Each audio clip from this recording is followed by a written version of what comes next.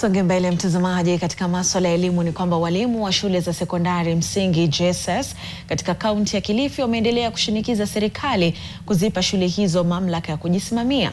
Walimu hao wanasema kuwa wakuu wa shule za msingi hawana ujuzi wa kutosha kusimamia shule za JSS kwa kuwa kuna tofauti kubwa katika viwango vya mafunzo na hata majukumu kati ya ngazi hizo mbili za elimu.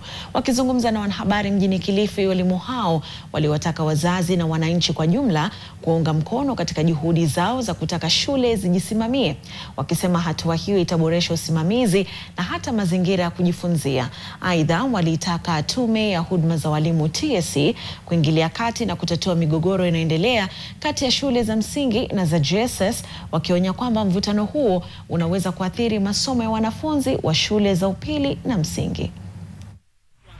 Tunachotaka sisi si kuhama, tunataka watu ambao watatuangazia sisi kama walimu. Hii shule iwe independent kama vile ECD ziko independent. Tumefanywa ni kama sisi walimu hatukutrain vizuri, kwa sababu saa hii mtihani umefunza watoto, lakini mtihani umekatazwa, umeambiwa ni huu mtihani wenye tumenunua wafanye ama wasifanye, kama hutaki uachane nayo. Na mitihani yenyewe iko below the standard of the junior school students. Hivyo watu wote katika nchi yetu ya Kenya tunawasihi na tunawarai msimame nyuma ya walimu wa junior school, wakiomba kuwe na autonomy ili elimu ya watoto wetu iweze kuwa ya manufaa.